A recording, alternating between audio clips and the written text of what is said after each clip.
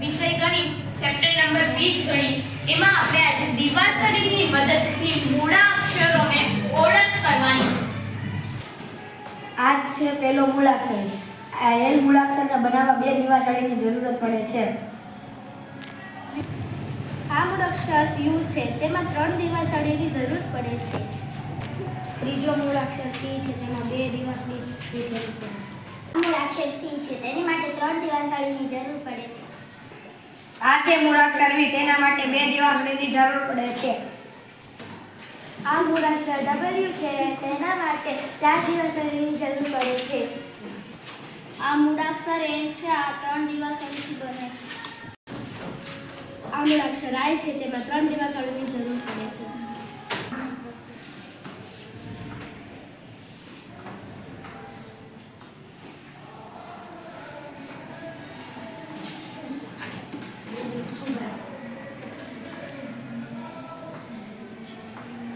આ મૂળાક્ષર ઝેડ છે, તેને બનાવવા માટે 3 દિવાસળીની જરૂર પડે છે.